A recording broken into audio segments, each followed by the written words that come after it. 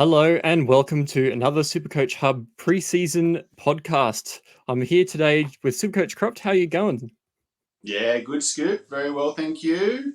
Looking forward to this chat. It's a little bit more interesting than our last one, I think, for hookers, so it should be good. Yeah, it'll be interesting. There's a few different options to go at the fight position. It's one of those spine positions where I've seen a bit of flexibility. Some are just locked up, especially like halfback. There's really only a handful of options we're considering. 5/8, you can go a few different ways. So I guess we'll start off with that. How much value do you place on this position in Supercoach to start the year? Do you try and load up in it as one of the key components, or do you look to have a bit more balance and go heavier in other positions? Yeah, that's a question I think a lot of coaches will be weighing up for this season. I think we touched on the hooker podcast as well. Last season, when Nico Hines got injured in preseason, it freed up so much money that it allowed us to prop up some other positions. So we didn't really see the weaknesses in too many spots at the moment until we get through preseason trials. And a lot of things, Vegas can happen. A lot of things can happen. So until we get through that, it's hard to know if the salary cap that we have and is all we have with all the guns that are currently available stay available, then it's a bit harder to spread that money around. It's being spread a little bit more thin than potentially last year was spread around. So looking for value, you're going to have to, all of us coaches have to find value somewhere. We can't have guns in every position, hooker down to fullback. We just can't. So as much as everyone wants to talk about, I've got a gun in the 5/8 and I've got a gun in hooker and you need to have a gun in front row forward. You just can't have them everywhere. Every team has to make sacrifices somewhere. So this is a position we're going to talk about tonight where I think a lot of coaches might choose here to save a bit of money. Some will save a lot, some might save a little. Yeah, it's very interesting. There's definitely probably 3 or 4 guys who fit that bracket, but we'll start up the top with one of those guys who everybody's minds at the moment. Do you start up with the most expensive guy in Dylan Brown? He's got a lovely early draw. You've got Sean Lane returning and a lot less injuries and hopefully some consistency in that Parramatta team. Is he just the guy you plug in at 5/8 number 1?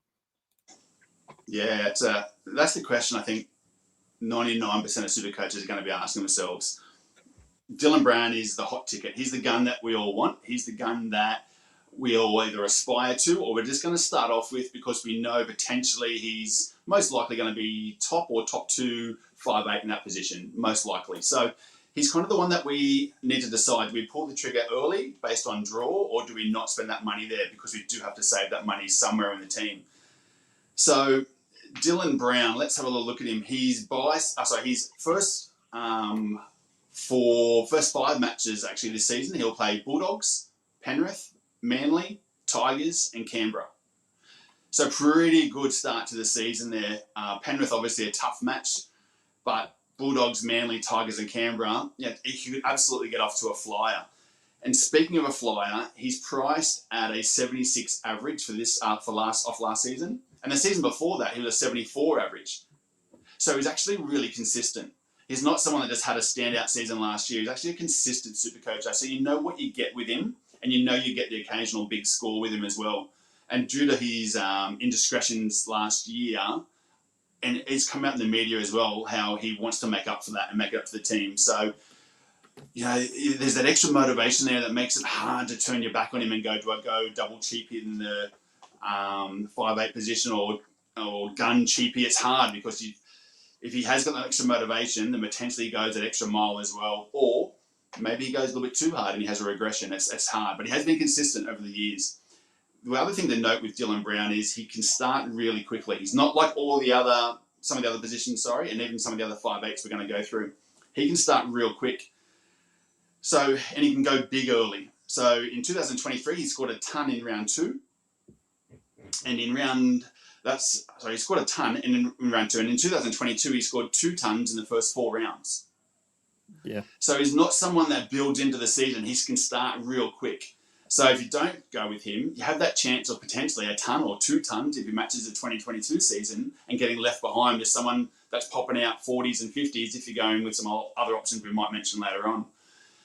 So it's a decision that we're all going to have to make, but it's a lot of our salary cap. He's 780,000 in a position where he doesn't really have the ceiling as, say, the halfbacks do, a Nathan Cleary or a Hines. So like a Nathan Cleary and a Hines, they're popping out. They can pop out 150s, 180s even. He doesn't have that. I think 134, 135 might be his highest score he's pumped out in the last couple of seasons. So do you save money there? Are you saving money there, Scoop? Are you going to go? Are you thinking Dylan Brown is the way to go for your team?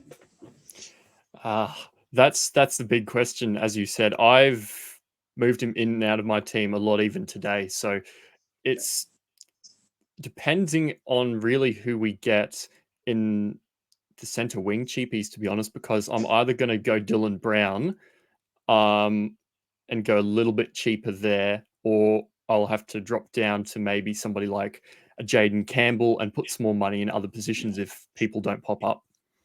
Yeah, absolutely. Let's talk about 2023. In 2023, he played 17 games. Due to reasons, he played 17 games. In those 17 games, he had 4 tons, and he had 9 scores over 80 in 17 matches. So he's a proven gun. He has consistency at his scoring, and he only had 2 games under 50 as well. In 2022, he had just 3 games under 50 out of 24 matches. So you know you're not going to get a low score out of Dylan Brown. I don't know whether you can say that with some of the other names we're going to mention, but it's no different than like Payne Haas as well. You know what you get with Payne Haas up in the front row forward, but do you spend up there as well Payne Haas copper money? Like it's that tough one where you've got to save somewhere. Payne Haas doesn't have the ceiling, and Dylan Brown doesn't have the ceiling as some of the other absolute guns have. So look, he's been in and out of my team as well so many times. It's one of those positions I definitely tinkered with saving some money in and looking at. So, for example, in fact, would you ever captain Dylan Brown? If you had him in your team this year, would you ever throw the C on him? It would probably have to be a buy round at best. Like, absolutely, and that's my point. Even Munster. We'll get to Munster as well. But with Munster, would you ever put the captain on Munster over all the other guns in your team? Not very often. No, and that's the point. In that 5'8" position, it's pretty rare that we throw the captain armband on them.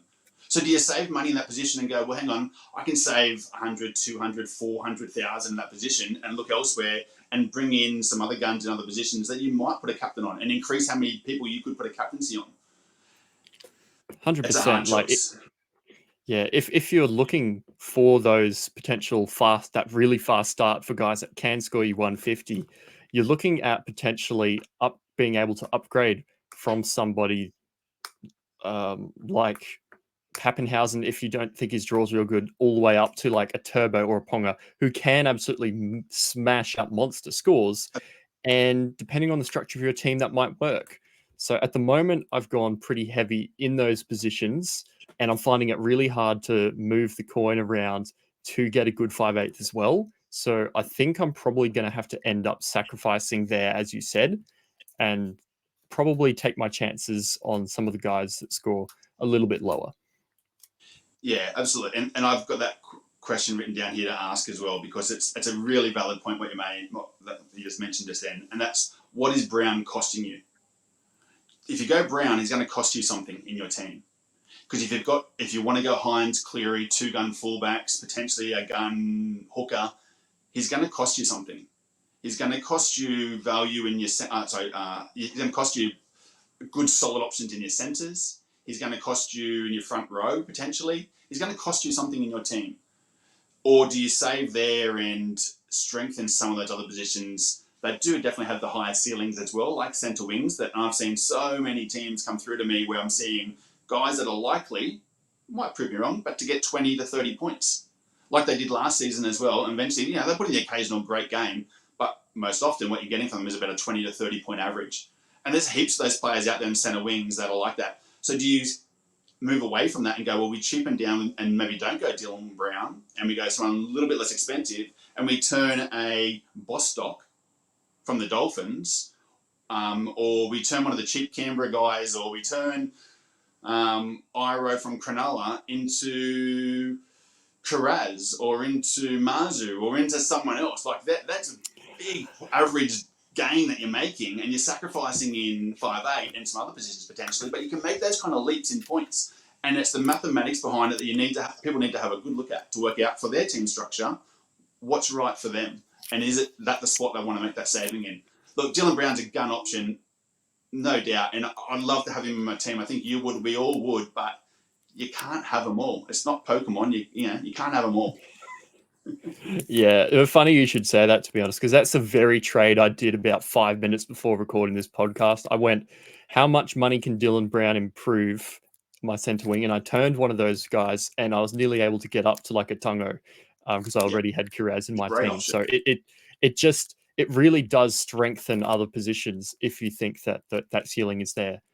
So and you don't have to go down to double cheapy. We're not talking about $200,000-$300,000 guys here necessarily.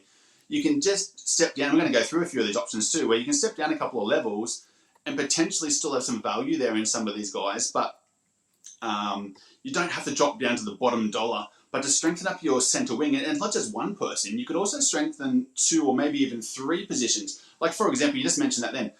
Look, there's a lot of people out there that aren't going to go Pappenhausen based on injury, hasn't played for a while, really goal kick, won't he goal kick, his draw hard at the start, the bye that he has at the start. There's a lot of reasons why people are going, well, I've got someone might have Harry Grant in hooker, and I don't want too many Melbourne guys. So it's like, do we not go Pappenhausen?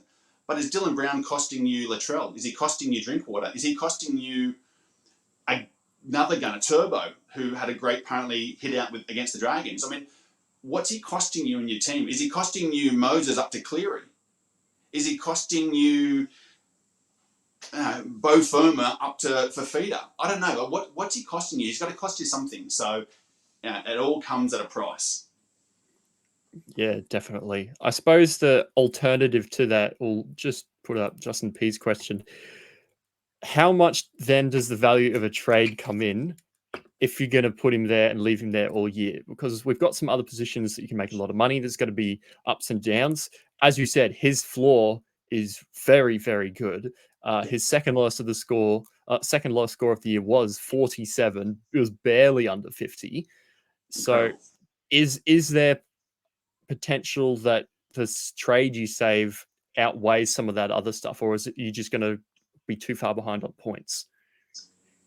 Yeah, that's the question, isn't it? And unfortunately, none of us are going to have the magic answer to that. It's one that all coaches just need to make that gut call on, because there's no magic answer to it. I can't tell, and we can't really sit here and say with certainty this is the decision to make. It's really dependent as well. A big part of this 5'8" conversation is going to be dependent upon the structure of the rest of your team. How you've set up, or how you want to set up the rest of your team as well. You might be really passionate that Cleary and Hines are the only options for you in half, and that's it, and you want a gun front row forward. Well, some of those decisions are going to cost you potentially Brown, and you might decide that you would never do double cheapy hooker. Fair enough, but that's going to cost you something. So depending on the structure of the other positions, would kind of answer that question from Justin, and it's a great question, Justin, because it's valid. It's an extremely valid question. Saving a trade absolutely is worthwhile, especially for someone like this who doesn't have an early round buy like some other players do that we'll mention as well. His buys for Dylan Brown or for Parramatta are around 9, 16 and 20. So you won't have a buy to worry about with Parra until round 9, and then in round 16, which is the second major buy round where we're going to play 13 players, and then round 20, which is the minor after round 19 major.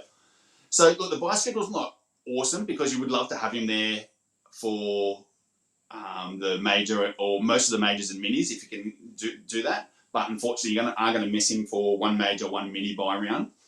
But in saying that, if you can save a trade, it's absolutely worth it. And where you can have that in the back of your head as one of the deciding factors, I think it's worthwhile considering. Yeah, 100%. All right. Is there much more to discuss on Dylan Brown, or are we going to talk about the next man on the list and whether he can outscore him this year? Are we talking about one Mr. Cameron Munster? One Mr. Cameron Munster. We've got a return of potentially the full maximum spine for the Melbourne Storm with Grant and Pappenhausen and Hughes and Munster. The return of some structure and normalcy to this deadly Melbourne team. And we saw how much Pappenhausen just helps Munster out by being there on those breaks, by just being up in the line and being threat and attack that lets Munster do his stuff. We saw Munster was frustrated at times this year and didn't really look his best because he wasn't able to use that space that Pappenhausen can just create by being there. In 2022, Munster averaged 80. Is he the guy who can hit those? Well, I don't know about consistent 150s. It's not 2021 turbo, but is he the guy that can get you some ceiling plays early in the year? Okay, well, let's look at ceiling plays for him. He started fast the last 2 seasons, so no different to Dillbags we just spoke about. Both of these guys are fast starters. Munster's even faster, on averages, that is. He's even faster. And I released a video of some of the fastest starters in SuperCoach that averaged, I think it was 80 plus over the first 10 rounds, and he was one of them. So he's a fast starter as well. So you're getting a really good option there to kick off your season if you're trying to get that fast start. But his draw isn't great, and he has got the early bye, which also hurts him as an option. But he started fast the last 2 seasons. In 2023, started off the 65, 78, 74, and 114 for an 83 average.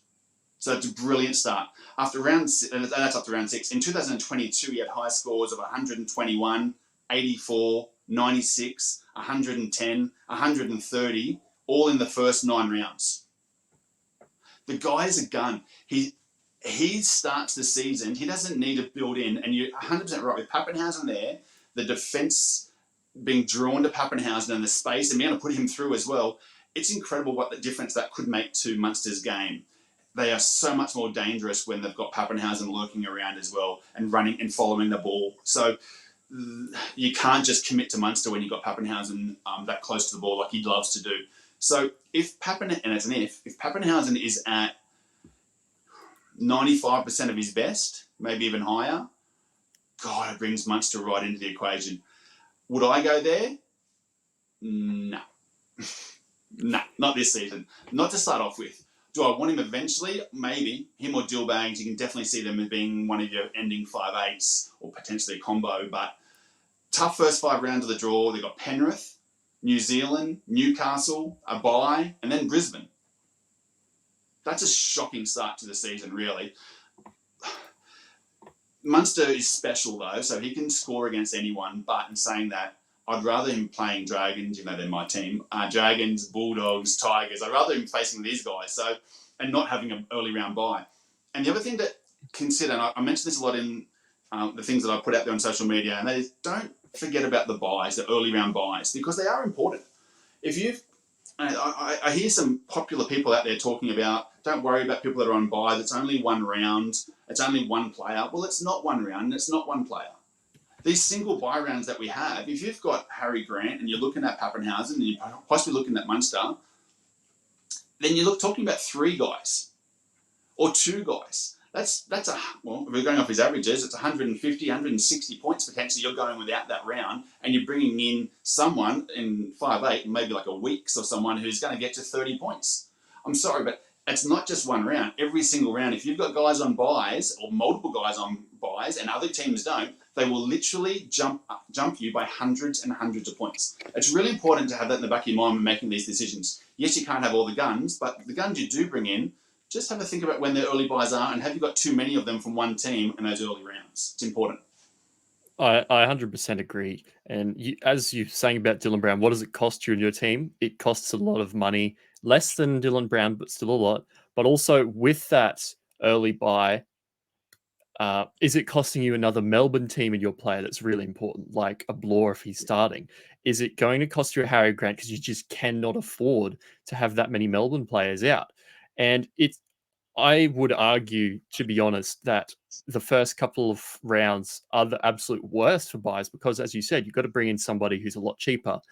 And the reason why it's so bad is because that is the time of year where they are the biggest difference in salary cap and likely scoring. If you're even like say round 8, Rabbitohs, I think have got round 7 or something like that. If you're missing a Murray and a Latrell in round 7, that's 2 pretty good scorers. That's 2 very significant parts of your salary cap that's going to be missing out. But by that time, there's a very good chance you've moved on from a couple of players, upgraded to some strong guys in that position, and the replacement coming in instead of scoring 30 like a Weeks, might be scoring 50, 60. And then the effect is a little bit reduced. It's not going to be completely gone because, I mean, that's the main guy in that position Absolutely. potentially. But I do think this very early buy from the Storm is going to catch a lot more people out than they suspect. So I think personally that's the thing that's stopping me, even more than the draw itself.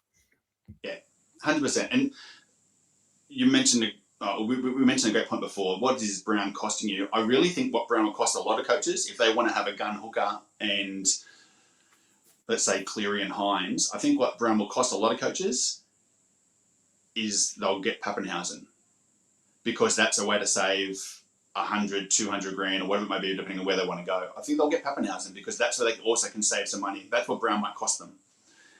Whilst Pappenhausen could be amazing, and I love Pappenhausen, don't get me wrong, he's a freak, and when he's fully fit and firing, and I love Pappenhausen. I'd have him in my team in a heartbeat if I could see him, and I possibly still will in after trials if I see that he can take off. He's the Pappenhausen from old.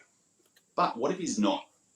What if you've got to get Pappenhausen and he's not 100%, but that's all you can afford because you want to go Dillbags or Munster or whatever it might be? They're going to cost you something. And then you're going to put another Melbourne player into your team with an early buy, a tough draw, and you've got 2 or 3 like Ball, like you mentioned.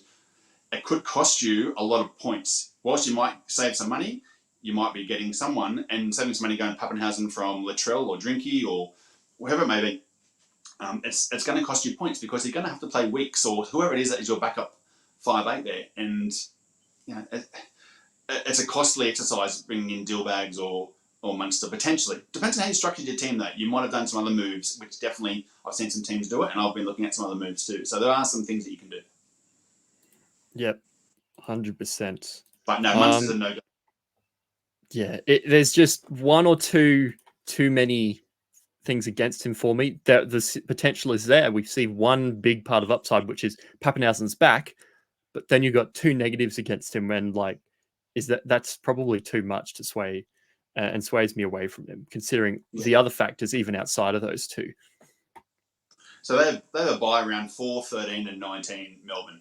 So look, if you really were sold on Munster and you wanted him, I know it's going to cost you a trade, or maybe you work up to it. Maybe you can find someone with some value that you can only have to go up 150 grand, 100 grand to from someone else upwards after round 4, after they have their buy, and look at him as a pickup in round 5 potentially.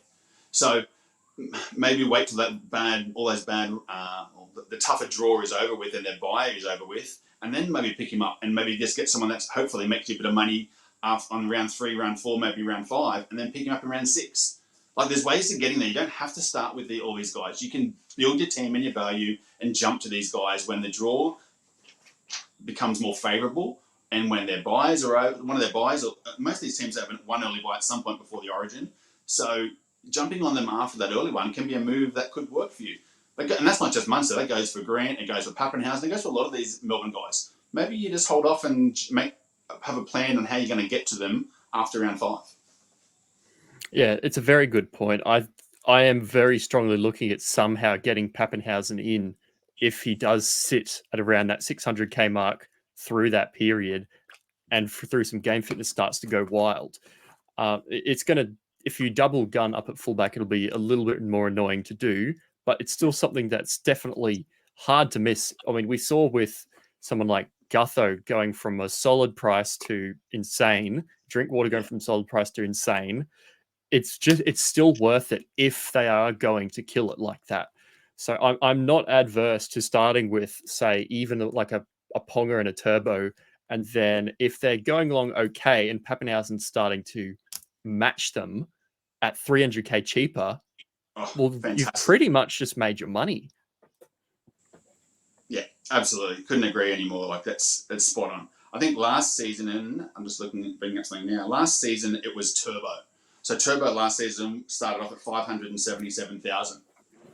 So that was the Pappenhausen of this season, if that makes sense. So that was that guy who was undervalued. We know he's a gun. We know he can go off. But it made a bit more sense last season with Turbo as far as draws and buys and things are concerned. But I would argue this season with Pappenhausen that potentially that needs to wait. But is Brown or Munster costing you of a different fullback that makes you have to fall into a second or a third Melbourne player. I don't know. It's something that people need to think about. Have a look at your structure, have a look at the buys, have a look at the draws, have a look at everything. You need to weigh it all up if you want to get a well-balanced team come round one that has as little fires as possible to put out. And that's the key here, is you don't want to get to round 5 and go, oh no, I've got Bloor, I've got Munster, I've got Pappenhausen, I've got Grant. Hopefully no one's going to have that full setup. But if you did, you've got a lot of fires in round 5 that you need to, with 3 trades maximum, that you're going to have to try and put out. So look, it's one of those things that I don't want headaches in my team. I want to be able to have as little fires as I can so you can make strategic trades at the start, not putting out fires if possible. And when you have unlimited trades right now in preseason, this is the time to make those kind of decisions. Yeah, I definitely agree. Those saving up money in certain positions or just being able to access other players when you need them to, as you mentioned, I can't remember. It might have been even the Hooker podcast. Just having money in other positions is important if you're going to be able to do things. Those are strategy trades that you can use very efficiently to even help put out fires. I mean, that 300k you save from going a turbo to a Pappenhausen can help you put out something really bad elsewhere in your team pretty easily. Yeah, you're spot on. 100%. That's exactly right. You've got to, not you don't have to, but I would recommend that you definitely have some players of value spread out through your team. It's important. So, and even I know centre wing, most people there aren't going a 700 plus thousand player. That's fine, I get it, because it's hard, again, to have them all. You can't have 700,000 players all through your team at the moment. So I understand that, but at the same time, it helps put out some fires. And I've heard a lot of people saying, well, you can't do the double cheapy hooker move because then you're never going to be able to afford to go from Hands to Grant if that's what you wanted. Well, if you've got an $800,000 or $700,000 centre wing sitting there and he doesn't fire the way that you want him to at the start, but someone who's $400,000 goes nuts, you absolutely could downgrade that $750,000 centre wing to the centre wing that's $400,000 that has a huge negative break even and use that money to upgrade Hands, Barrett, Brayley, whoever up to Grant in two trades. In two trades to pick up whatever hooker is looking the goods, maybe after their buy, Grant, JMK, whatever it might be. You pick up the gun, and then you also pick up the gun centre that's about to have a huge negative break even, and that move is made to 2 really good guys rather than trying to guess it correctly at the start. I'm not saying to do that move, double cheapy hooker. I'm not saying that. I am just saying having value in your team though allows you moves, and that's maybe Fafita goes nuts. Maybe you want Fafita after his early round buy, and you just need to have that cash there to be able to make that move quickly because these guys can not just hit 1 ton, they can hit multiples, including Munster, including dual bags that we spoke about. These two, and we're spending a bit of time on these two, but there's a reason for that, guys who are listening to this. It's because they're guns. They are the premiums. And you definitely need to consider it, and you need to weigh it up because if you're weighing up Munster, you need to know what that comes with. Oh, Dylan Brown, what that is costing you. You need to just have that thought in your head. And is there another way we can make up those points if you go cheaper? If you lose a 20 or a 30 average by going down to someone else, not favourable to do that. Obviously, you don't want to be losing 20 or 30 points on average. But can you get a 30 or 40 point gain somewhere else with that money that you save? Is there value somewhere else where you can make up more points than what you're losing with Dylan Brown? That's what we need to consider when we're building our team pre-season. I definitely agree with that. And as you said, we spend a bit of time on these two because they are probably the top. They're the ones that we probably want to have as our main 2 guys at the end of the season, if possible in an ideal world. However, we'll move over to the 3rd guy up in that top bracket now. What is Cody Walker going to do on that monumental Rabbitohs left edge? Is he going to get left out? Is Whiten going to do stuff? Or is he just going to go bananas?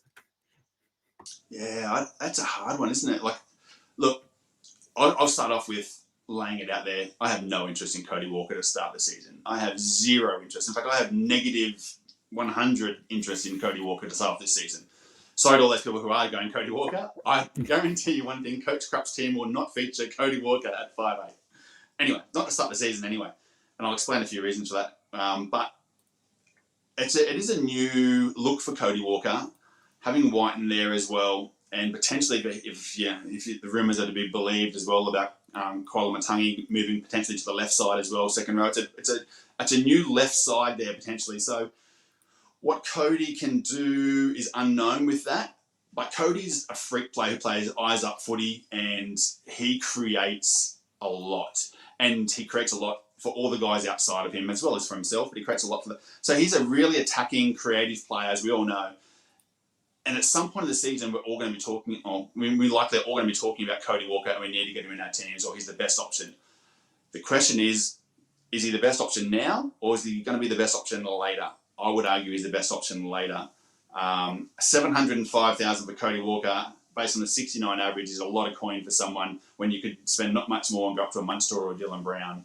I know where my money would be going. He started fast though the last two seasons, 2023, 65, 78, 74. No, sorry, I'm talking about Munster, my fault. Wrong notes.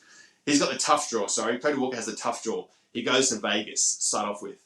Now, we don't know the Vegas effect, if there will be an effect, if it might have a positive effect. We don't know. But I know that I'm a World Series of Poker player myself. I've been to Vegas many, many times. I know what Vegas is like. And I know what Vegas would be like as a young, not that I'm not these things, Scoop, but I know what it would be like if you were young, good-looking, filthy rich, spare time. I know what Vegas can do. So it is a risk to pick a fair few Vegas players, because there's every chance that some shenanigans might go on over there. Hopefully it doesn't, but you never know.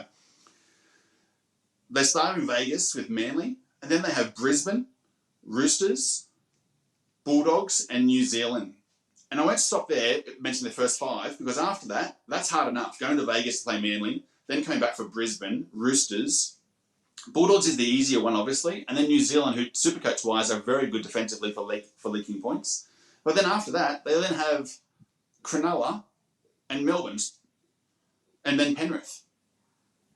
So it's possibly the worst, toughest draw you can get. Like, it's a hard draw for Souths. And that's why people looking at Cody Walker and some other South players too, you just need to be thinking a little bit. But we're basing this off, or I'm basing this off last year and how hard they were as an NRL team, as well as how hard they were in Supercoach for leaking Supercoach points. This year could be completely different with some of these teams, so we don't know. But we can only go off what we do know. So we're going off what they were last season. And that is a really tough draw to open up with. And another thing for head-to-head players with Souths, so this goes, it's a long way away obviously, but for head-to-head players, in the grand final, they'll have Penrith as well. So it's going to be one of those things for head-to-head players. You may not want to have too many South players come the end of the season, because they're going to have one of the hardest opponents to play for Supercoach. They have buys around 7, 13 and 17. So again, they've got to buy. Round 7's not too early. You hopefully could make a few moves, upgrades by round 7, hopefully. Round 13 is your major buy. Round 17 is your minor buy. I'm not overly interested in South players too much, even though there's a fair few of them I have been looking at. I'm not overly interested in too many of them at all. The draw is really difficult. He likes to score points on easier teams, I find, like easier opponents where Souths can run through them, or not really run through them, run around them to the left. That's kind of what Souths like to do. That draw, I don't see that happening with those teams. So he also starts slower than all the other guys that we've mentioned. I can go through stats and that, but he's a lot slower. I was just looking at that. He lost about 200 grand to start last year, and he's lost a bit to begin the year before. So I can definitely agree that he's somebody you want to look at later. After the first 3 rounds last year, after 3 rounds, he lost 60 grand in his first price rise or drop. He lost 60. The year before that, he lost 270,000 after the opening 7 rounds. Wow. He's not someone that starts fast, typically speaking, over the last couple of years. He's lost money for those that have started with him. And when at the start of the season we're trying to build value and points, and someone that looks like they're going to have a hard draw, going to Vegas, I'll just rattle off the draw. It's not just for the first 5, but the first 8 rounds, it's pretty tough. I don't think Cody is an option. Yeah, but keep that in mind for other South players too that you might be looking at in other positions. Yeah, well, it certainly makes guys like Latrell someone to think about, because although they are guns and they will average up the top around that mark near the end of the season, will it take a while to get there? So I definitely agree with that. That's a really interesting one to make note of as you plan your team out. All right. The next part, we got an 11-point jump, so we can definitely tell who the guns are. Is there anybody in that sort of bracket just below that might have the potential to jump up? Is there anyone like a Dearden being named captain if the Cowboys have a bounce back year? Matt Burton if the Bulldogs finally have a bit of resurgence? Is there anybody? What are you looking for from those type of players in order to be even considering them? Look, to be honest, what I look for when it comes to choosing a player that might make that next level jump, you want an increased role in the team, increased minutes. This is just talking SuperCoach we're talking about here, not in real football. We're talking about increased minutes, increased role. We're talking about change of positions to a more favourable position. We're talking about really good buy schedule or really good draw to start off with. These are all the favourable things that we're looking at to go, is there going to be a jump? We've got someone going from a 40-minute role now to an 80-minute role, or 60-minute role stepping up to an 80, or they've moved from the right side to the left side now. So that's more favourable to this attacking team, and that's going to be, we'll see a jump. Bo Firmo is a good example for that as well. Bo Firmo is someone that a lot of us are saying, he goes left side, we're interested. He goes right side, I'm not as interested. So these kind of things make people more favourable than others. Looking at that list you rattled off, for me, look, I'm not overly interested in Nicarima. I've done some research on Dearden that didn't come up favourable for me either. I don't see much value in Dearden, to be honest. I know he's a name that I've seen a few coaches out there looking at Dearden. In 80-minute game, he averaged just over 50, but that's with 14 tries. In 2 of those games, he scored doubles. He didn't even go over 100 in any of those matches. So he's not really someone that's going to set your world on fire. Can he repeat or better 14 tries? I don't know. I could take a guess at that, but I don't know. But you're banking on someone to have a pretty good season that already came off scoring a lot of tries, and even when he scored doubles, couldn't put 100 together in SuperCoach. So not for me. Has lower scores in him, had 4 games under 30 from 22 games played, so 20% of his games were low. Dearden's a no from me. I don't see the appeal in Dearden, besides just doing it to save cash, but not really thinking it through as far as upside is concerned and value. And start of the season, that's what we're looking at. And don't get me wrong, he might go nuts. And if he goes nuts, fantastic. I'll be happy about that because I'll downgrade someone or I'll change someone and I'll bring him in. But to start with him, not for me, not for Dearden. Yeah, I agree with that. Like, you'd have to have the Cows to go absolutely monumental for him to be worth enough value to get him. And there's a lot of guys in that bracket who performed well last year, and instead of jumping up, they might drop back. Somebody like a Nicarima killed it because he had a lot of fullback games and a few games starting 5/8 where he did really well. This year, I don't know if I expect anything like that. Although the Dolphins' draw is good, based on the rules that you gave, the only guy in that sort of area that does have a new role, new club, whatever, he's going to have to come up eventually. So we'll talk about him for now.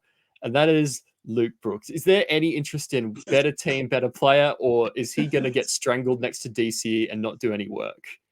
Oh, let me just see if I can find my notes on Brooksy. All right. I did have a look at Brooks today, actually, knowing that we're having this conversation. So I wanted to have a bit deeper dive into Brooks and see whether or not there was any interest there from my side. 560,000 based off a 55 average is Luke Brooks. Dual, which is handy, obviously. That can come in useful throughout the season if you're planning on holding him throughout the season.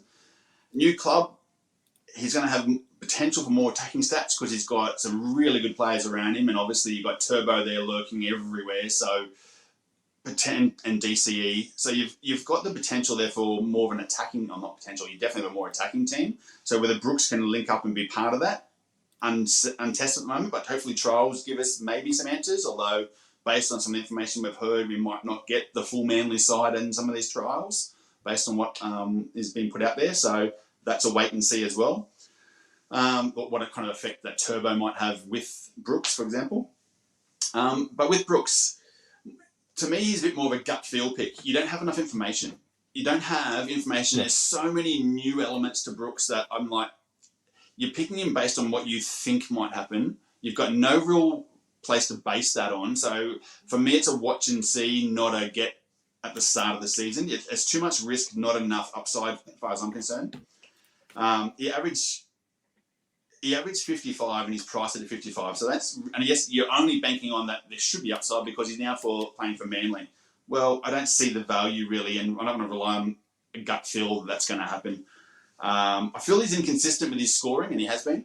I feel like the next season, if I was to use my gut feel, I think he's going to have some really high scores. I'm not saying, let me rephrase that. I think he's going to have some scores well above his average. And I think some people he might even put a couple of them together. And then people might jump and go, oh, we've got to get Brooks. And I might jump on him. But I think the week after that, he's probably going to pump you out a 20 or a 30. So yeah. I just feel like he's going to be very inconsistent with his scoring. When you've got someone like we mentioned, like Dylan Brown, Munster, who are super consistent with their scoring at a high level, I would look elsewhere. I would look to try and work your money in a different way than Luke Brooks to start off with. Wait and see. It's too much of a gut feel, not enough information to base it on. I don't think you're going to get all the answers in the trials, to be honest. I think it's a wait and see. Yep, I think so too. There's just him not being the main half is going to affect his floor way too much for me to be confident, I think. Yeah, absolutely. Oh. Burton as well. You mentioned Burton's name. I'm not interested in Burton either. At this point in time, what effect does Crichton have on him? Does Crichton goal kick, meaning like this, or does Burton keep the kicking? Big one. You might pick up that answer possibly in trials. Hopefully we'll pick up that answer then, but maybe you do, maybe you don't. Not many middles at Canterbury, we know that, so there's going to be a lack of go forward, like always. To me, Burton, I can see him maybe having a potential regression, not any upside or value in him. So to me, I would steer clear of Burton as well. Yeah, I agree. There's not too many in this sort of area until we get to a certain Titans player. But the one person we probably need to address, given he's at 19% ownership, are people just reading way too much into Ezra Man's grand final performance? Oh, that's so funny you say that. The first thing on my notes is the exact same comment. What a grand final. We all know that, right? And it's burned into our memories. What a freakish game that he had. But you've just got to put that to the side. It's not what he does every single week. It was amazing, but you can't. You've got to do your best to clear that out of your memory bank now. It's not what you're going to get week in, week out grind of the NRL. So yeah. We've got enough data on Ezra Mann to be able to make some educated decisions there. Like it's not like Luke Brooks of sorts playing for a brand new team and we don't have any data on that. And so I feel like with Ezra Mann, we can just kind of look into it a little bit. Let me just get my notes on Ezra. Yeah, the thing that pops up the most we look at last year's for me is he averaged 55, and apart from that 100 score he's had in round 12, his next highest was 72. That's not even 20 points above his average. I just don't see consistent big games that are going to make you money. Yeah, I agree. I'm on your page there as well. I completely understand what you're saying. I don't see the value there either in Ezra. Like, again, you're kind of hoping and wishing that he'll be someone that he potentially hasn't shown as yet consistently. So I think, like your first point, people are thinking a little bit too much about the grand final and the one or two occasional cracking games that he has. You just got to. You're looking at the moment for value to build your team off, so you can get to these next level guns. You want to get to the Munsters and the Dillbags and all this stuff. You want to get to the Payne Hasses. You want to get to all these premium centre wings. But to do that, you're going to need to build value and build money in your team. In 80-minute games, he averaged just over 50. So in 80-minute games, you average just over 50. Sorry, I'm reading the wrong notes, am I? No, sorry, I'm reading the wrong notes on that. No, Ezra Mann, to me, he's someone that I would watch to see, but I don't really expect anything different from Ezra, and I don't think there's value there to pick him up to start with. Yeah, I mean, Broncos already came second and were one of the best attacks in the comp. How much higher would they need to go for Ezra to do that? I just don't really think there's in it for me. No, agreed. All right. Now, probably the one that everybody's here for, everybody's wanting us to talk about. Mr. Fullback at the Titans, Jaden Campbell, 5'8" / fullback dual position. He's pretty highly owned for a reason, and that reason is he's looking like he's finally going to lock up that position full time, not going to have those inconsistent bench games and then sometimes starting. Early draw is fantastic. Only worry I've seen really is that he hasn't had that many ceiling games. What is your read on Jaden Campbell's outlook for this year? Yeah, he piques my interest. He piques my interest. Anytime, so going back to those kind of semi-rules I mentioned before around what makes someone more appealing than others, he fits into that category, right? Like increase minutes, increase. So he's now got the potential to own that position at fullback as well. So we've got a few of those boxes ticked as far as piquing our interest, worthy of looking into a bit deeper. So 450,000 based on a 45 average. First 5 rounds, he'll have St George in round 1, which is a cracking matchup, potentially. And this is the stumbling block for a lot of these Titans players, bye in round 2, followed then by Bulldogs, Dolphins, and North Queensland. So Titans have a great start to the season, as we all know. We're all spoken about, me hear it. So it makes them even more appealing.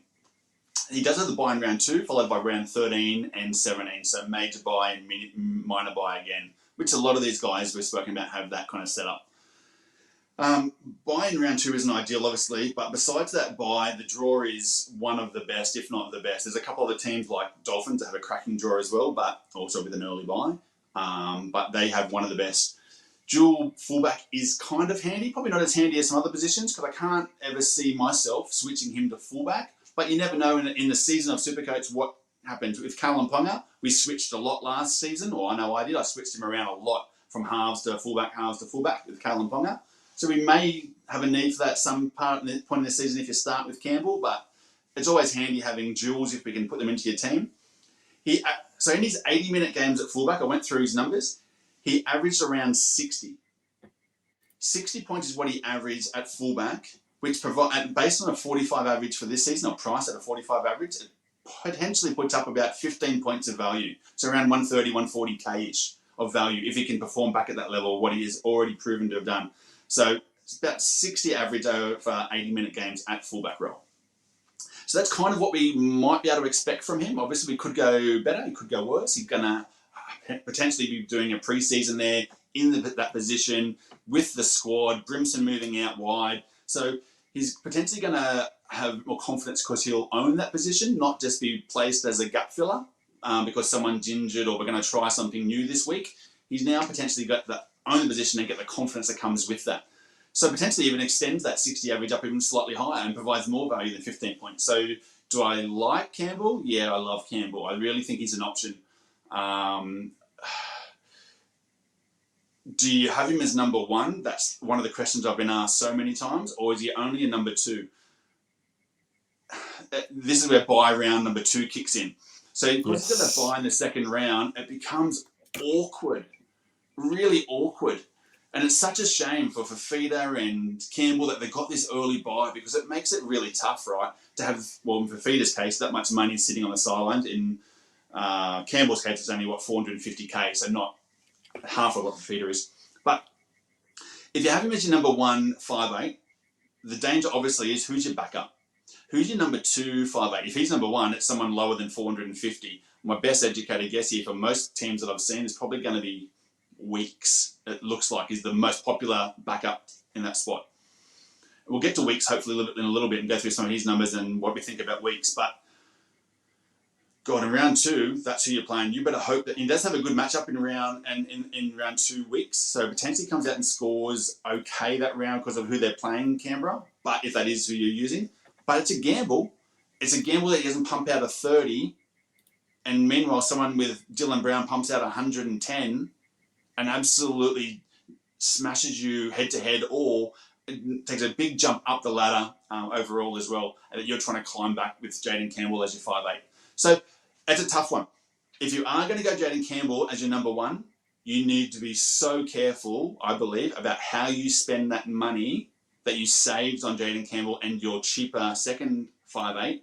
And you need to use that money super effectively to make sure that you have really thought about increasing the balance of your team, the output of those players that you're bringing in or upgrading as well. So if I can indulge for 1 minute, with your SuperCoach team, with everyone's SuperCoach team, for those that are listening, obviously we have our 13 players on the field and we have our 4 reserves. But when you have 1 or 2 players on a bye, it's no longer those 4 reserves. You're now looking at reserve number 5 and reserve number 6 that you're talking about. So that's why, again, these early buys are really crucial, because you're relying on two players potentially you just didn't want to bring in at all. And there can generally be people that are around that 15 to 30 point mark, which is going to be really hurtful to your team. So you've really got to consider that when you're bringing in someone that has an early buy and you've got a pretty terrible backup option. It can really make a big impact to your squad. So you don't need to look at your 17, but you need to look at player 18 and 19. Who's going to be player 18 and 19 too, to cover these multiple teams that have these early buys for you? So you need to make sure you've got a little bit of, I wouldn't spend too much money on player 18 and 19, but you need to be aware of it, that you've got coverage there for who you're going to pick as a reserve when all these players, a Munster, Pappenhausen, a Jaden Campbell, whoever are on a bye. Who's going to be playing number 18 and 19, stepping up to the mark, and what's the likely outcome of that look like?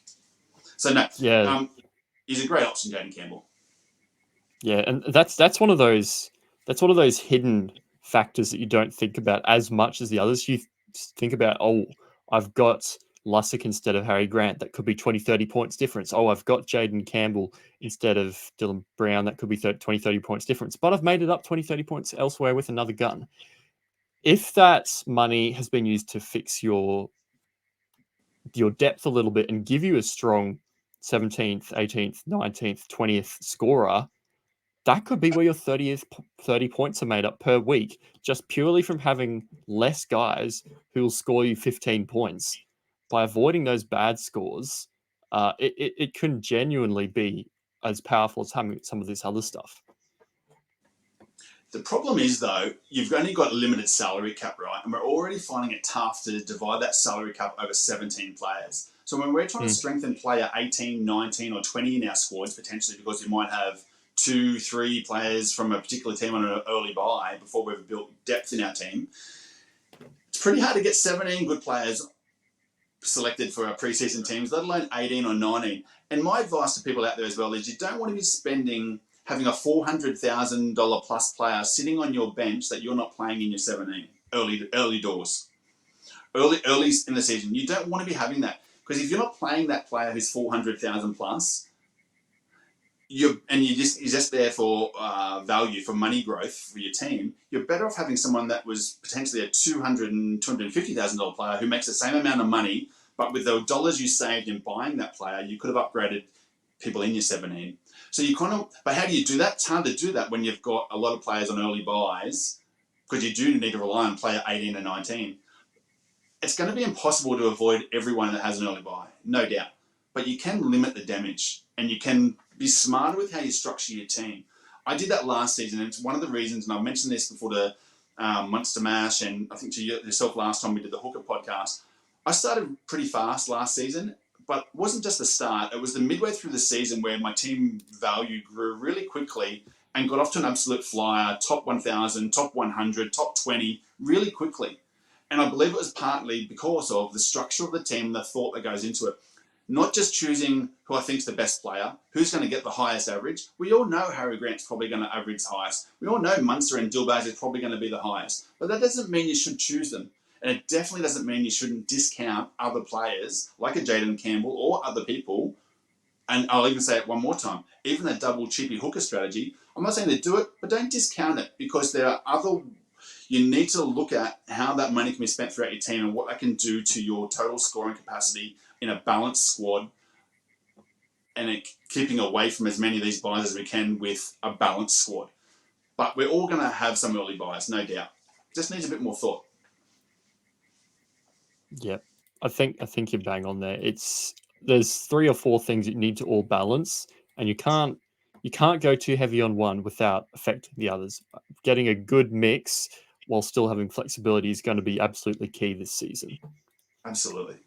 100%. Unless we get some, and God forbid, I don't pray it on anyone, but unless we get some, I won't say injuries because I hate saying that, unless we get some shenanigans that go on in the preseason and some players of value that we all want to put in our team aren't playing round 1, then we're not going to have all this cash to splash. We're going to have to dice this salary cap up very carefully if we don't get some key players not being there for round 1. So just there's more to it than just choosing the best player in the position. We typically know who the best players are in most of these positions. It's not about that. You've got to find the value, and you've got to find other ways to save money and still increase averages throughout other positions in your team. And you do need to consider player 14, 15, 16, 17, and even player 18 and 19. You definitely need to have that in your thoughts in some capacity. Yeah, I agree. We've just got a question before we move on to this last little bit. The cheapies, we'll just pop up this question because it's relevant. Bryce has brought up, maybe your 18th, 19th man aren't great ideas to spend 400k on, but how much should you be spending on those guys who you do expect to play every week? I think that you can't, some of these positions you can't avoid having spend up. Like you can't have a double gun fullback without having a reserve on them. You can't have Cleary and Hines without having a reserve on them. I think it's really going to depend on who those other two or maybe three are that aren't your first choice gun in that position.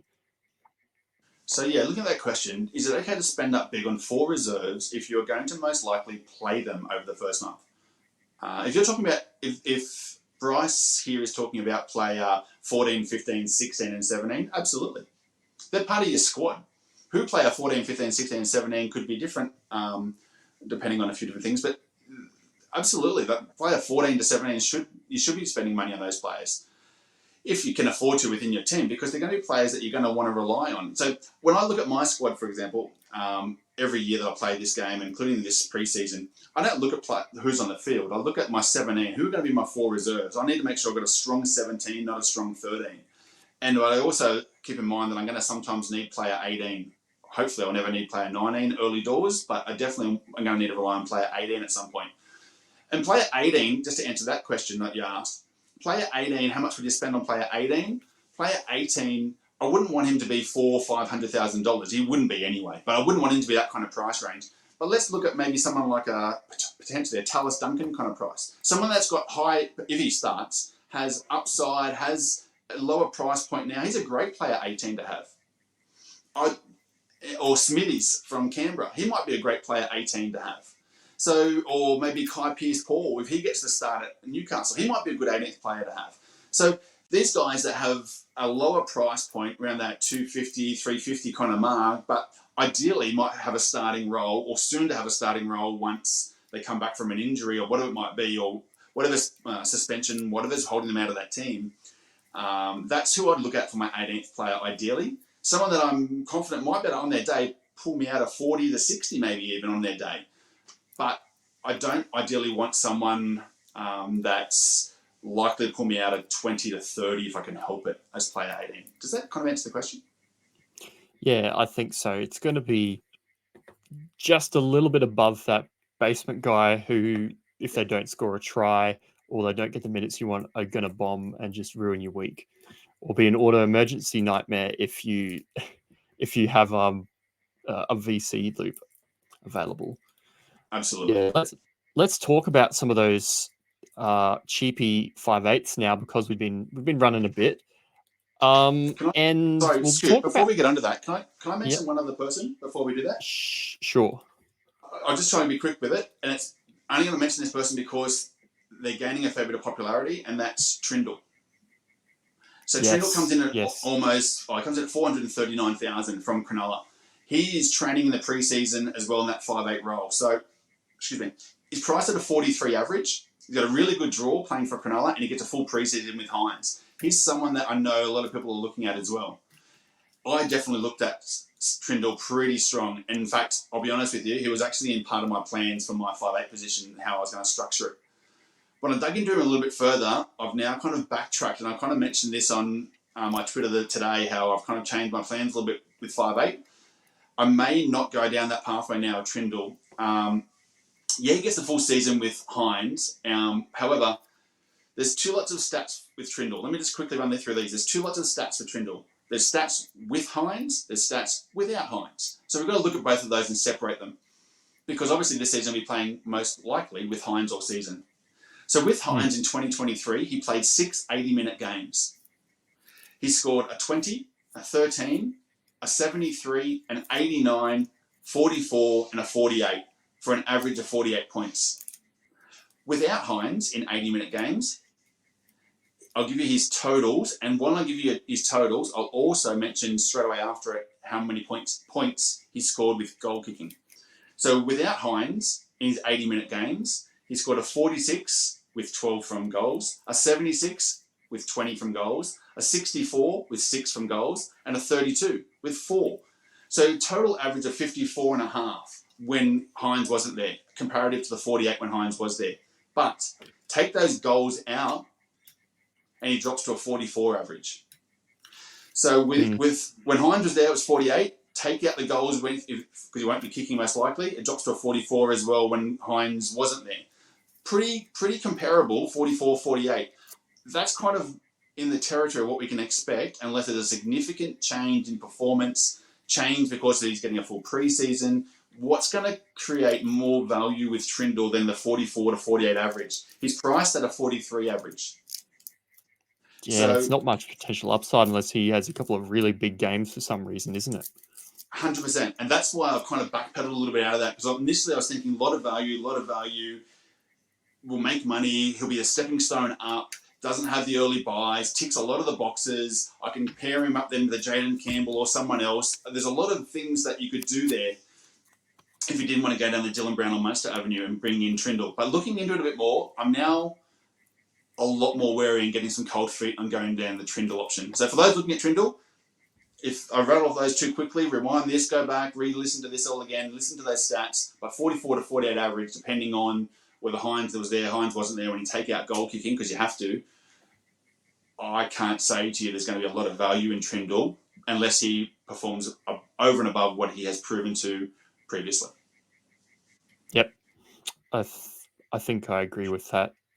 Somebody who might fit the bill of that 18th man kind of guy who might have to play every now and then, somebody who is starting to get a little bit up in ownership, but we probably can count on the fact that he will be starting, even with the first bye. That's Aiden Caesar. Is there much room for him to do better than his price? I mean, he's probably going to be the dominant half in the Tigers team. Is there just enough? Is there enough ceiling for him to be worth buying? Want a quick answer? Why not? No. That's what I thought. I looked at his stats. I looked at it where he came from, the Super League stats as well. I looked at it all.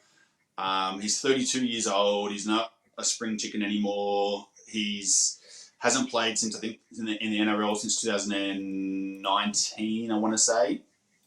So he's got a bye round 1. He's just not an option to start with. I'm sorry, but and we don't even know if he's going to be goal kicking. Most likely, but don't even know. He's definitely a no-go to start with. Watch and see over the first few rounds. Make your choice then. All right. Next one down, who probably has a little bit more upside, although still not a fantastic team. Kyle Flanagan. We've seen Shane say that he'll want him to take more responsibility with this team. Let Ben Hunt do his thing a bit more without having to carry the weight of the Dragons on his shoulders. Is Kyle Flanagan somebody you might put in your team over one of the Raiders guys who we'll talk about next? Okay. I did want to talk about Kyle Flanagan because he wasn't on my radar at all. I wasn't even looking at the guy. And to be honest, it's partly because I was looking at Dylan Brown at the point of time with like a Jaden Campbell backup. That was kind of the setup I was looking at, but it was a lot of money. So like I've said several times, you do need to look at all options. You can't just exclude all the different strategies. So you've got to look at them. So I looked into Flanagan for this podcast in particular. And I tell you what, he actually interests me. And I'm a Dragons fan. I can tell you 100%, I wasn't overly happy with the signing of Flanagan, Kyle that is. And I don't really rate him as much of a player, to be fair, either. And it disappoints me when they say less ball for Hunt, more for Flanagan to organise as well and to take more of a role in that team. Anyway, but that's off topic. He's $310,000. He's not a dual. That hurts a little bit, but nothing massive. But he's $310,000. He's only $37,000 dearer than Weeks. He came off the bench last year and had reduced minutes. So therefore, he fits into that category we spoke about before. Someone that's going to potentially have upside if he plays 80. So he has more minutes, possibly. Off the bench last year, reduced minutes. His average last season in 80-minute games was 43.9. So in 80-minute games, he averaged 43.9, and he averaged 38 average in 22. He's priced at a 30 average right now. Yeah. So 43.9 in 80-minute games last season and 38 in 2022. Priced at 30 average, we're talking there between 8 to 14 points value in Kyle Flanagan. Now, that's about 90 to 130, 140K we're talking about. He's definitely someone I think people should consider as a number 2, possible number 2 in their teams. If you're going to go that gun cheapy or some other strategy that people are running with, then maybe he, to me, and we'll get on to Weeks probably soon, Flanagan to me is more appealing than Weeks, hands down. Yep. Just purely on points, on value, not because I want to play the guy. Ideally, you would never want to play the guy. You don't want to rely on his possible 40 gun points that he might score your team. He's not going to get you any head-to-head wins. He's not going to get you jumping up the overall leaderboard at early doors. But he's not there for that. He's there just to make money off. And I think he makes more money potentially based on stats, and stats only, based on the things that we know. I think he makes more money than potentially what Weeks does. As unpopular opinion as that might be.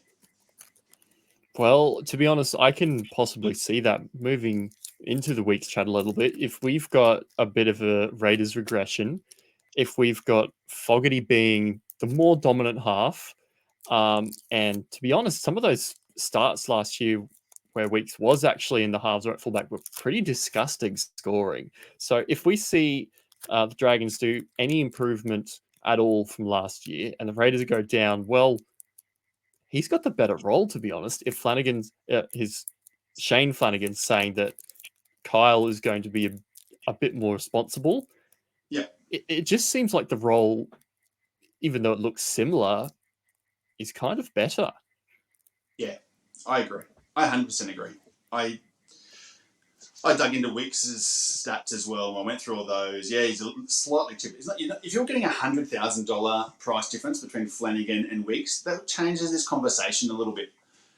Because you're not going to want to play Flanagan, you're not going to want to play Weeks. So if you can get the cheaper guy but make similar money, you want the cheaper guy, you don't want the dearer guy, right? So, but we're only talking about $37,000. We're not talking about significant money you're going to save up front. So in 2023, he had 3 80-minute games. Round 6 against Penrith at 5'8", he got 24 points. Round 9, Gold Coast at fullback, he got 29 points. Round 13, Newcastle at fullback, he got 20 points. And he had 1 70-minute game, round 16 against Para at fullback, 49 points. And that 49 points was with a try assist and 2 line break assists. And he's cracked out of 49. So I don't see him hitting those numbers. I just don't see it. I don't see him getting that. In 2022, he had 1 80-minute game, round 25 against the Bulldogs at fullback, and he got 43 points. That was with 5 tackle breaks, 1 offload, and 1 line break assist. So over those 5 games, that's an average of 33 points. He doesn't have the value that I don't see the value that everyone is saying he's your number 2. Not everyone. A lot of people are saying he's the best option for number 2. I see it in Flanagan, as much as that pains me to say, even though, again, I'm a Dragons fan. But just looking at this purely from a SuperCoach point of view, I see it with Flanagan. I don't see it necessarily with Weeks. I think he's the one that, unpopular opinion, that people might be buying into, a bit of hype from some other social media content creators possibly who are saying it's Weeks is your number 2. And people are seeing teams with Weeks as their number 2 everywhere and just putting him in there without really looking into it themselves. Well, just giving you some stats. I've just let people look into it themselves by doing the work for them. You make your own mind up, but I think Flanagan has potentially more upside based on history. Yeah. All right. If we're going to talk about one, we might as well talk about the other. Strange does have a little bit more of a price difference. It's closer to about 80K. The mail that we've got so far, though, indicates that if he's going to be in, it'll most likely be at centre, and Chris is going to return in round 2, isn't he? Yeah, exactly. Yeah, so imagine the start of the year, putting out a scenario here. We've got people who've got Weeks in their second 5/8 position, and Weeks is sitting at a very high ownership. What is it? It's about 40 or something, isn't it? Yeah, I had that up before. Yeah, it's high. It's really high. Yeah, Way. 37%. And then you have Ethan Strange, who's sitting at center and disappears after a game, and he's at Yes. 46%. That is a black hole of value trying to that you've got to try and pry out of your team if it goes wrong. Hey, surely if you're going to try and limit any potential risk, you can only take one of them if both are in the team. Yeah, look, to me, it's a null and void conversation, really, and that's why I didn't make many notes on Strange. Look, if Strange is in the team come Teamless Tuesday, based on some trials too, I'll probably slot him into my centre wing position. Not as one of my 4 starters, but in spot 5, 6, or 7 for my centre wings, and that's where he sits. I'm happy to take the risk there and put him in, and hope that he holds that position. But I tell you now, he doesn't. He never makes my 4 starting centre positions, but I never consider him for 5'8". He's never going in there Strange in my 5'8" position. He'd only go into centre wing. Yep, that's Being a fair dual. point. All right. Is there anyone else that even vaguely comes into conversation? Or I suppose you've potentially got the second Tigers half, but that seems really ick to try and pick somebody who might have value if they might be there. But you've got like Galvin and you've got Fainu who are base price who might be there, but then what if they're not? That's even Yeah. worse because they're basement 204. They're not even like 250 that you can switch. You need money to get them out. Yeah, to be honest, anyone that we haven't spoken about, there's a reason why we haven't spoken about him. Yep. And I think what I like about some of these podcasts that we're all doing here for the SuperCoach Hub is trying our best to speak about relevant guys as much as we can and less about the guys. We could rattle off every single name in the 5'8" department or in any of these podcasts, but it's good just to kind of keep it to the ones that we honestly believe have some relevance for you guys at home there to actually put into your sides and spend more time on that, rather than just rattling off numbers and stats on anyone that's in that position. So if we haven't mentioned them already by this stage, there's probably a good reason why. And that doesn't mean they might not go well. Congratulations if you choose them when they do, but we're probably not looking at them at this stage. Yeah, that's a pretty good point. All right. Is there any questions there we want to quickly run through and give some very short answers to? There might be a couple, not as many related to 5'8". We've got Metalhead Smurf just talking about his team structure. He's got Moses Hines, Munster, Jaden Campbell combo. That's pretty interesting. The thing that kind of interests me about that is it also doesn't rely on a Moses Dillbags combination, which, I mean, if the Eels fire, that's great. But if they have a couple bad games in there, you've got enough money that you want them to be scoring 150 points combined each week. And if they get thrashed, you could be well down. Yeah. I echo those comments 100%. I see a lot of people going Moses, particularly around because they don't have the money because someone else in your team has cost you Cleary, or maybe you just don't believe in the Cleary price point and that he can start off with his draw and everything else at that level. So, look, Moses is a popular option. Hines, yep, get that. Munster, Jaden Campbell is a unique combo. I haven't seen that combo, to be honest, many times out there. It's always been, for a premium, it's been the Dylan Brown and Jaden Campbell combo. So I don't hate it. We've already mentioned Munster, great option, and we already know the reasons why potentially I personally wouldn't go Munster, but we don't need to go over that again. Don't hate the combo. I think it's powerful. Yeah, good. We went over Justin's comment about whether Dillbags is a hold all year. That one's sort of related to more to fullback, but what are your thoughts of having Ponga at 900k form this year? I mean, we'll probably get to that in a couple of podcasts, but I mean, if he gets anything close to that with goal kicking, there's reasons why people are picking him. I'll ask the question in a different way. Why wouldn't you choose Ponga? What can Ponga do to your team if you don't have him? So yeah. If we're playing head-to-head or overall, he has the ability to absolutely destroy your season if you don't have him. There's a lot of players like that. Hines, Cleary, there's stacks of them that have these massive ceilings and this ability to go huge. He's a goal-kicking fullback who is the creator of everything good that happens in that team. So to me, it's a no-brainer. He was literally the first person I went and clicked on. You're coming in my team, and he's never left. Lots of other people have, but never Ponga. sometimes you've got to choose people. Yes, they cost a lot of money, but those people that can hurt you and hurt your season head to head or overall in particular, you just need to put him into your team. He's one of those people. But the difficulty is there's so many fullback options, and we'll get to that in a future pod, but there are so many great fullback options. But he is, to me, he's a non-negotiable. The rest are negotiable, but he's the non-negotiable. Yeah, I agree. It's just, we saw what him and Drinkwater did at the end of last year, and he comes at a discount to that. If he can get close to that, he's value.